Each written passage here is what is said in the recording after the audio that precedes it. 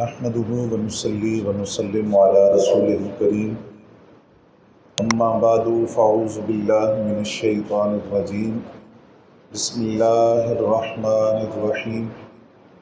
قال الله تبارك وتعالى في الكلام المجيد والفرقان الحميد يا نساء النبي لستن كأحد من النساء صدق الله مولانا العظيم وصدق رسوله النبي الكريم ونحن على ذلك لمن الشاهدين والشاكرين والحمد لله رب العالمين الصلاة والسلام عليك يا رسول الله وعلى آلك وأصحابك يا حبيب الله الصلاة والسلام عليك يا رسول الله وعلى آلك وأصحابك يا حبيب الله الصلاة والسلام عليك يا رسول الله وعلى آلك وأصحابك یا حبیب اللہ۔ اہل اسلام کی مادران شفیق بانوان طہارت پہ لاکھوں سلام، اور سیدہ ظاہرہ طیبہ طاہرہ جان احمد کی راحت پہ لاکھوں سلام، جن کا آنچل نہ دیکھا ماہ و مہر نے، اس ردائے نزاہت پہ لاکھوں سلام۔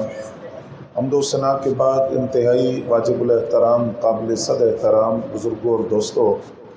بالخصوص پیر طریقت حضرت پیر سید غلام محی الدین شاہ صاحب زیدہ مجدہ اور میزبان محفل ہمارے بزرگ استاذ العلماء حضرت علامہ مولانا ڈاکٹر مفتی بشیر احمد نقشبندی مجددی زیدہ مجدہ، میری اور آپ کی خوش بختی کہ ماہ رمضان کی ان بابرکت ساعتوں کے اندر اس مرکز علم و عرفان میں اکٹھے ہیں، اور مجھے جس موضوع کے لیے حکم دیا گیا امہات المومنین اور بنات رسول کی بارگاہ عالیہ میں نذران عقیدت پیش کرنا ہے۔ امہات المومنین اور ازواج رسول خواتین عالم کا وہ طبقہ ہے جن کی بے مثلیت کو، جن کے شرف کو، جن کی فضیلت کو خود قرآن مجید فرقان حمید میں بیان کیا گیا۔ یا نساء النبی لستن کاحد من النساء، اے نبی کی بیبیوں، کائنات کی کوئی عورت تمہاری مثل نہیں ہو سکتی۔ وہ خواتین جو نبی علیہ السلام کے نکاح میں آ جائیں اور آقا کریم صلی اللہ علیہ وآلہ وسلم کی شرف زوجیت پائیں، ان کی شرف اور فضیلت کو قرآن نے بیان کیا۔ اور دوسرا سٹیٹس ازواج مطہرات کا قرآن بیان کرتا ہے وَأَزْوَاجُهُ أُمَّهَاتُهُمْ، کہ وہ خواتین جو نبی علیہ السلام کے نکاح میں آ جائیں، ان کا مقام و مرتبہ یہ ہے کہ وہ کائنات انسانیت کے سارے مومنوں کی قیامت تک کے لیے مائیں قرار پاتی ہیں۔ ماہ رمضان المبارک کے اندر آقا کریم صلی اللہ علیہ وآلہ وسلم کی دو ازواج مطہرات، دو امہات المومنین کا یوم وصال ہے۔ 16 رمضان المبارک ام المومنین سیدہ عائشہ صدیقہ طیبہ طاہرہ رضی اللہ تعالیٰ عنہ کا یوم وصال ہے، اور سیدہ عائشہ صدیقہ رضی اللہ تعالیٰ عنہ محبوبہ محبوب رب کائنات ہے، حبیبہ حبیب رب کائنات ہے، اور جن کے والے سے محدثین نے لکھا کہ نبی علیہ السلام نے سیدہ عائشہ صدیقہ رضی اللہ تعالیٰ عنہ سے 5 وجوہات کی بنیاد پر نکاح فرمایا۔ سب سے پہلی وجہ سیدہ عائشہ صدیقہ طیبہ طاہرہ کی ذہانت تھی، اور دوسرے نمبر پر ان کا تقوی اور ان کی پرہیزگاری تھی، تیسرے نمبر پر حضرت سیدہ عائشہ رضی اللہ تعالیٰ عنہ کی سخاوت تھی، چوتھے نمبر پر کہ وہ عالم شباب میں تھی، اور نبی علیہ السلام کی خواہش یہ تھی کہ تمام ازواج مطہرات میں سے کوئی ایک زوجہ ایسی ہو جو میرے خانگی معاملات کو دیکھیں، گھر کے معاملات کو دیکھ کر امت تک پہنچائیں۔ تو سیدہ عائشہ صدیقہ رضی اللہ تعالیٰ عنہ چونکہ عالم شباب میں تھی، نبی علیہ السلام نے باقی جن ازواج سے نکاح کیا یا وہ بیوہ تھی یا طلاق یافتہ تھی، لیکن سیدہ عائشہ صدیقہ رضی اللہ تعالیٰ عنہ قواری حضور کے نکاح میں آئیں اور عالم شباب میں تھی، اور اس کی حکمت یہ تھی کہ وہ حضور کے خانگی معاملات کو امت تک پہنچائیں۔ 2210 حدیثیں حضرت سیدہ عائشہ صدیقہ نے امت تک پہنچائی ہیں،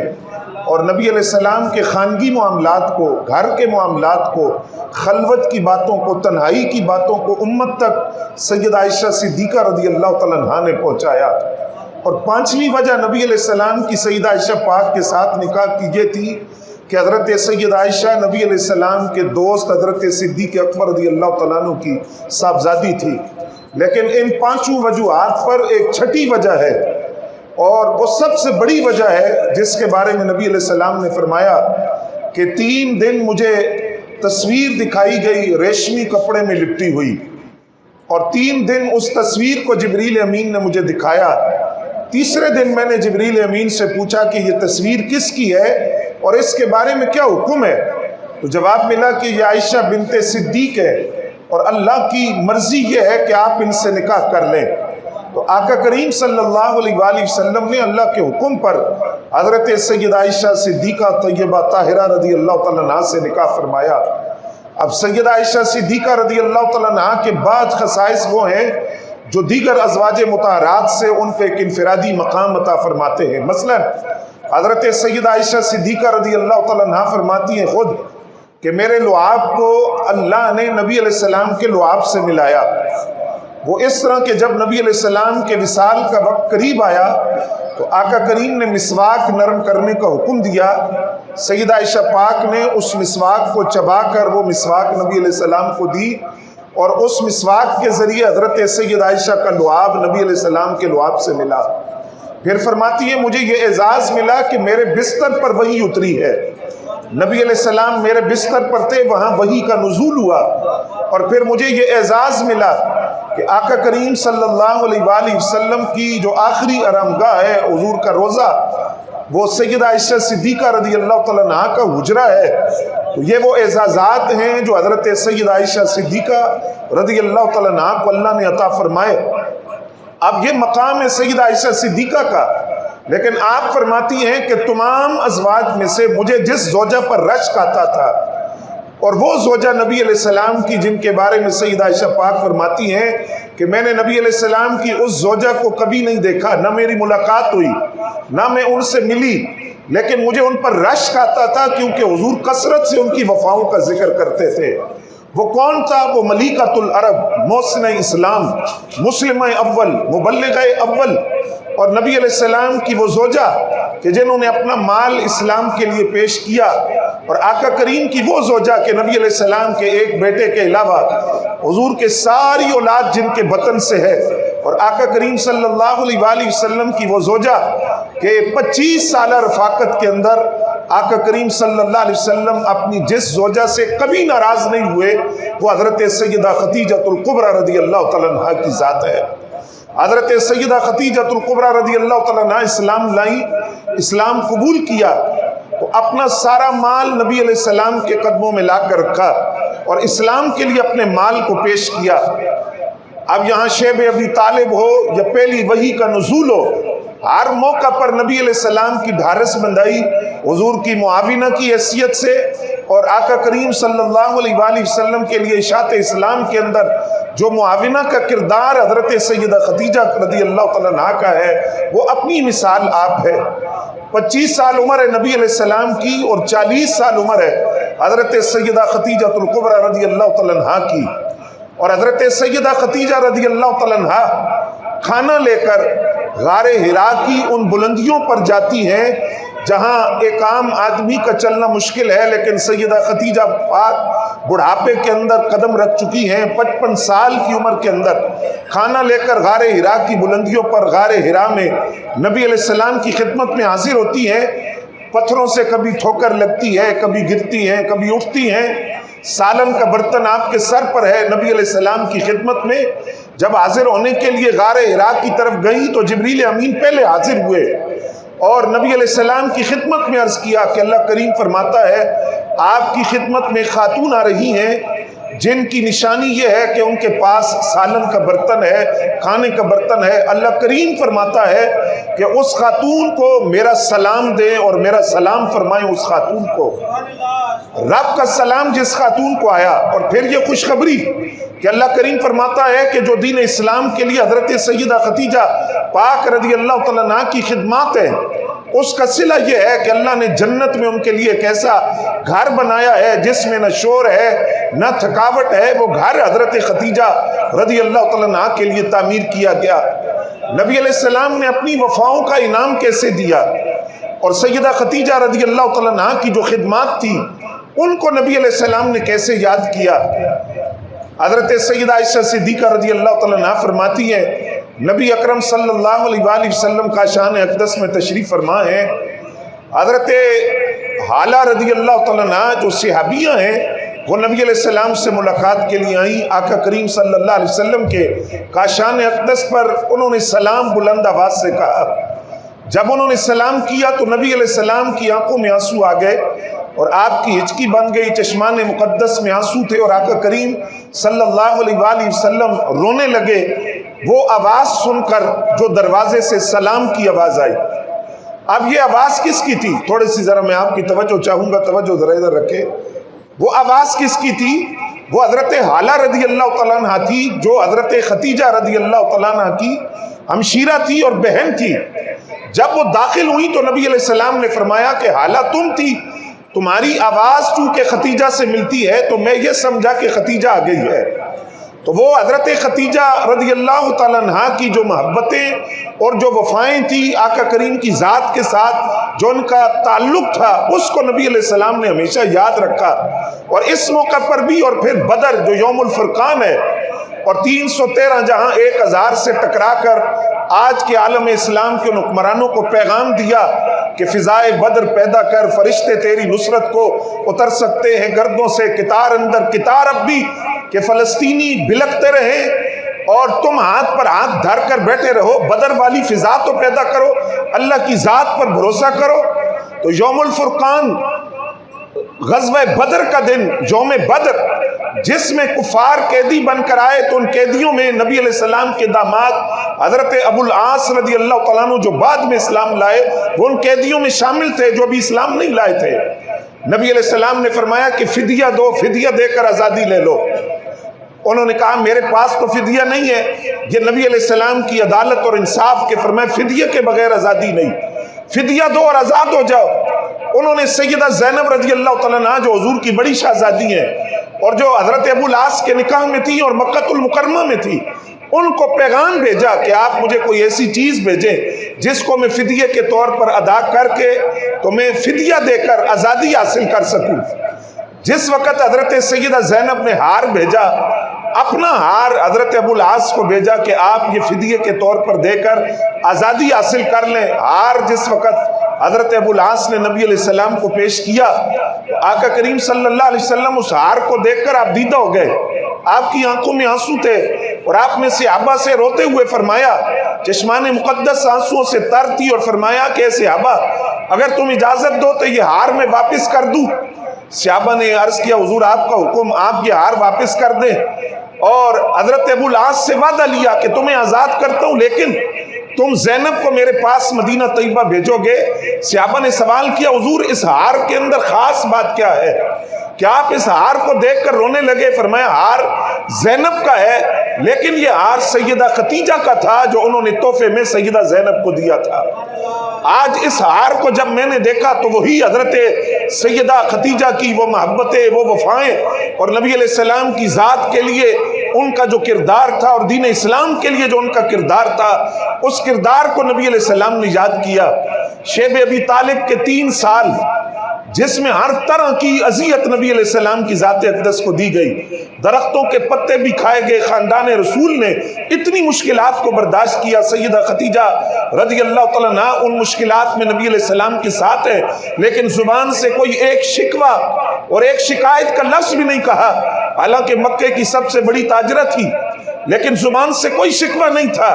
کہ میں نے بھوک کو دیکھا ہے، پیاس کو دیکھا ہے، آزمائشوں کو برداشت کیا ہے۔ اور سیدہ خدیجہ رضی اللہ تعالیٰ عنہ کا جب وصال ہوا تو آقا کریم صلی اللہ علیہ وآلہ وسلم نے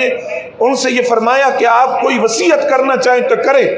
تو انہوں نے عرض کیا حضور اور کوئی وصیت نہیں ہے، آپ جانتے ہیں کہ میں نے اپنا سارا مال اسلام کے لیے پیش کیا ہے، اب صرف اتنی وصیت ہے کہ آپ جو میرا کفن ہے وہ چادر ہو جو آپ کے کندھوں پر ہے، اس میں مجھے کفن دیا جائے۔ نبی علیہ السلام کی چادر اطہر جو حضور کے جسم اقدس سے مس ہوئی وہ حضرت سیدہ خدیجہ رضی اللہ تعالیٰ عنہ کا کفن بنا، اور نبی علیہ السلام سیدہ خدیجہ کی تدفین سے پہلے خود قبر میں اترے یہ بتانے کے لیے کہ آج زمین کی چھاتی میں جو دفن ہوگا اس کا اسلام کے کندھوں پر کتنے احسانات ہیں کہ انہوں نے اپنا مال بھی دیا، جانی قربانی بھی دی ہے۔ سیدہ عائشہ پاک فرماتی ہیں کہ نبی علیہ السلام اکثر حضرت سیدہ خدیجہ کا ذکر کرتے، یہاں تک کہ جانور ذبح ہوتا، بکری ذبح ہوتی تو حضرت بلال حبشی کو حکم ملتا کہ تلاش کرو کہ یہاں مدینہ طیبہ کے اندر خدیجہ کی سہیلیاں کون ہیں، ان کی سہیلیوں کے گھر کہاں کہاں ہیں، یہ گوشت وہاں ان کے گھروں میں دے کر آؤ، تاکہ حضرت خدیجہ رضی اللہ تعالیٰ عنہا جو دنیا سے رخصت ہو چکی، ان کو یہ پتہ چلے کہ آج بھی میں ان کے ساتھ وفا کرتا ہوں اور ان کی خدمات جو اسلام کے لیے ہیں میں نے ان کو یاد رکھا۔ اور نبی علیہ السلام جب ذکر کرتے حضرت خدیجہ کی وفاؤں کا تو سیدہ عائشہ پاک فرماتی ہے، میں نے ایک دن عرض کیا یا رسول اللہ صلی اللہ علیہ وسلم میں آپ کے سامنے موجود ہوں، آپ پھر بھی حضرت خدیجہ کو یاد کرتے ہیں؟ تو نبی علیہ السلام جلال میں آ گئے،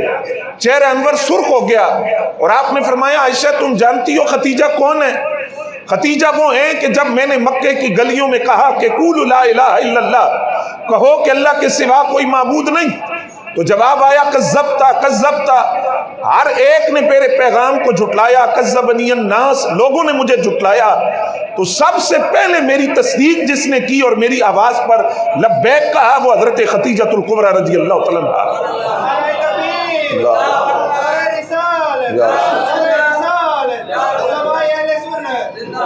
پھر فرمایا کہ میرے پیچھے نماز پڑھنے والا کوئی نہیں تھا، سب سے پہلے جس نے میری نماز پڑھی ہے، میرے پیچھے نماز پڑھی وہ حضرت خدیجہ الکبریٰ ہے، اور جب اسلام کو مال کی ضرورت تھی تو سب سے پہلے جس نے اپنا مال پیش کیا وہ حضرت خدیجہ الکبریٰ رضی اللہ تعالیٰ عنہا کی ذات ہے۔ اور حضرت خدیجہ الکبریٰ کے مقام کے لیے نبی علیہ السلام کا یہ ایک جملہ فرمایا خدیجہ جیسا کوئی نہیں ہو سکتا، یعنی دیگر ازواج مطہرات بھی ہیں لیکن جو حضرت خدیجہ الکبریٰ کی خدمات ہے انہی خدمات کا صلہ تھا کہ جس وقت اسی ماہ رمضان کی 20 تاریخ کو 8 ہجری کو مکہ فتح ہوا، فتح مکہ کے موقع پر نبی علیہ السلام جس وقت مکہ میں داخل ہوئے، ہزاروں صحابہ کا لشکر ساتھ ہے اور مکے کی فضاؤں میں اللہ اکبر کی صدائیں ہیں، اور کعبۃ اللہ کے حقیقی وارث پھر لوٹ کر آئے 8 سال پہلے جہاں سے نبی علیہ السلام ہجرت کر کے گئے تھے، وہیں حضور پھر آئے، ہزاروں صحابہ ساتھ ہیں، لیکن اس موقع پر کہ جب یہ قافلہ بیت اللہ کی طرف بڑھ رہا ہے تو بیت اللہ شریف سے 1.5 کلومیٹر کے فاصلے پر مکہ المکرمہ کا سب سے بڑا قبرستان ہے جنت المالا، وہاں حضور نے قافلے کو روکنے کا حکم دیا، قافلہ رک گیا اور حضور سے وجہ پوچھی گئی کہ یا رسول اللہ آج تو اسلام کی شان و شوکت کا دن ہے، اسلام کے غلبے کا دن ہے، آج پھر ہم مکے میں داخل ہوئے تو قافلہ کیوں روکا گیا؟ فرمایا یہ جنت المالا ہے اور جنت المالا میں خدیجہ کی قبر ہے، اور مکے کی فتح کے جو جھنڈے ہیں ان میں سے ایک جھنڈا خدیجہ کی قبر کے نزدیک لگاؤ تاکہ حضرت خدیجہ الکبریٰ رضی اللہ تعالیٰ عنہا کے ساتھ وہ وفا کا اظہار ہو کہ آج جو اسلام کی شان و شوکت ہے، اسلام کا غلبہ ہے، اس کے پیچھے قربانیاں ہیں حضرت خدیجہ الکبریٰ رضی اللہ تعالیٰ عنہا کی، ان کے پیچھے خدمات ہے حضرت خدیجہ الکبریٰ رضی اللہ تعالیٰ عنہا کی۔ حضور کی چاروں شہزادیاں حضرت خدیجہ کے بطن سے ہے، اور نبی علیہ السلام کے 2 شہزادے حضرت خدیجہ الکبریٰ رضی اللہ تعالیٰ عنہا کے بطن سے، 1 شہزادے حضرت ماریہ قبطیہ کے بطن سے ہے، باقی تمام اولاد وہ حضرت خدیجہ کی جھولی میں اللہ نے ڈالی ہے، اور ان میں سے نبی علیہ السلام کی سب سے لاڈلی صاحبزادی جن کے بارے میں اہل سنت کا عقیدہ ہے کہ حضرت سیدہ زینب رضی اللہ تعالیٰ عنہا، سیدہ رقیہ، سیدہ ام کلثوم رضی اللہ تعالیٰ عنہن اجمعین، ان سب کا بڑا مقام، اور یہ حضور کی شہزادیاں، اور ان کے ساتھ نبی علیہ السلام کی محبت وہ مثالی محبت تھی، لیکن ان چاروں صاحبزادیوں میں سے جس کو اللہ نے باقی صاحبزادیوں پر فضیلت دی ہے اس اعتبار سے کہ نبی علیہ السلام کا نسب اور حضور کا نسل جس شہزادی سے چلی ہے وہ حضرت سیدہ فاطمہ الزہرا رضی اللہ تعالیٰ عنہا کی ذات ہے۔ سیدہ زہرا سلام اللہ علیہا کون ہے؟ سیدہ طیبہ طاہرہ زاہدہ عابدہ ساجدہ قانتہ شافعہ مقدسہ معطرہ منورہ عفیفہ جگر گوشہ رسول، جن کے بارے میں فرمایا فاطمہ تم بدعۃ منی، فاطمہ میرے جسم کا حصہ ہے، جگر کا ٹکڑا ہے، اور جن کے لیے سیدہ عائشہ پاک رضی اللہ تعالیٰ عنہا یہ لفظ ارشاد فرماتی ہیں کہ نبی علیہ السلام کی کامل شبیہ اگر دیکھنی ہو چلنے میں، اٹھنے میں، بیٹھنے میں، بات کرنے میں، مسکرانے میں، سیرت و کردار میں، اخلاق میں اگر حضور کی کوئی کامل شبیہ ہے تو وہ حضرت سیدہ فاطمہ الزہرا رضی اللہ تعالیٰ عنہا کی ذات ہے۔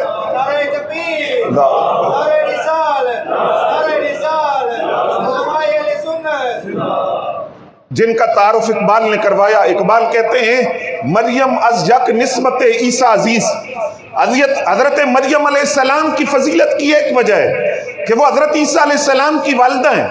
اور حضرت عیسیٰ علیہ السلام کی ماں ہونے کی وجہ سے وہ بڑی فضیلتوں والی ہے، بڑی شان والی ہے، سے نسبت حضرت زہرا عزیز۔ لیکن حضرت سیدہ فاطمہ الزہرا کے جس وقت مقام کی بات ہوگی تو 3 نسبتیں دیکھی جائیں گی۔ پہلی نسبت نور چشم رحمت للعالمین، کہ حضرت سیدہ پاک بیٹی کس کی ہے؟ امام الانبیاء کی بیٹی،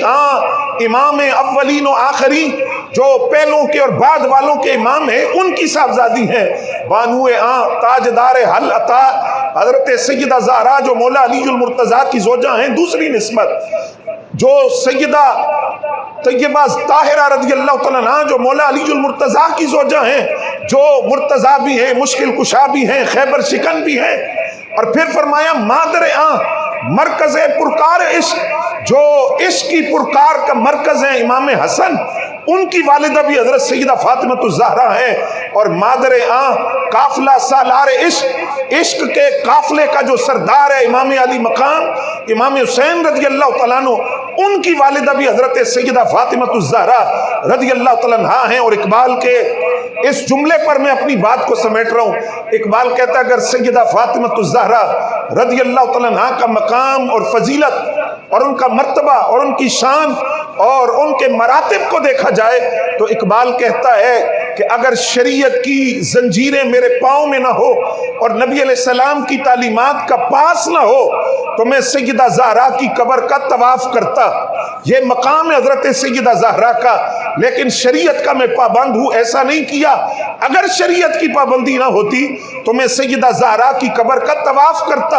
اور اس مٹی پر سجدہ کرتا جس مٹی پر حضرت سیدہ زہرا سلام اللہ علیہا کی تربت ہے، میں اس مٹی پہ سجدے کرتا کہ یہ مقام اللہ نے انہیں عطا کیا، جن کی شرم و حیا اور جن کی پاک دامنی کا عالم یہ ہے۔ ہماری ماؤں بہنوں کے لیے کتنا بڑا پیغام ہے۔ نبی علیہ السلام نے صحابہ سے فرمایا یہ بتاؤ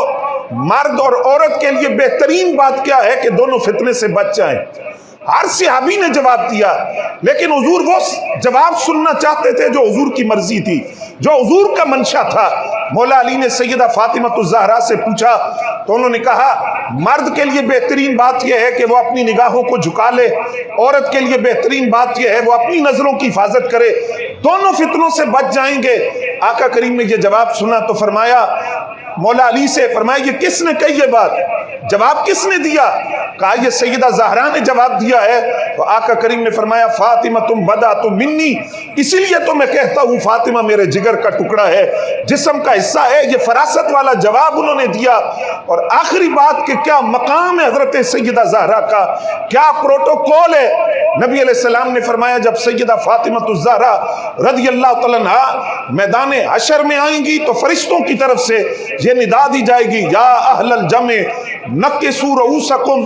غضوا ابصارکم حتی تمر فاطمہ بنت محمد علی الصراط۔ یہ اعلان ہوگا کہ اے اہل محشر اپنے سروں کو جھکاؤ اور اپنی نظروں کو نیچا کرو، یہاں تک کہ حضرت سیدہ فاطمہ الزہرا 70,000 حوروں کے جھرمٹ میں بجلی کی تیزی کی طرح پل صراط کو پار کر جائیں گی، اور رب ان کی شرم و حیا، ان کی عفت اور پاک دامنی کو میدان حشر کے اندر بھی قائم رکھے گا۔ تو یہ وہ شخصیات اور یہ وہ پاکان امت، یہ وہ صالحان امت جن کا وصال ماہ رمضان المبارک میں ہے۔ اللہ کریم ان کے ذکر کی برکت سے اور ان کے ذکر کے اور ان کے تذکرے کی وجہ سے رب کریم ہماری اس حاضری کو قبول فرمائے۔ اللہ کریم ان پاکان امت کی تعلیمات پر چلنے کی توفیق عطا فرمائے۔ وما علینا الا البلاغ۔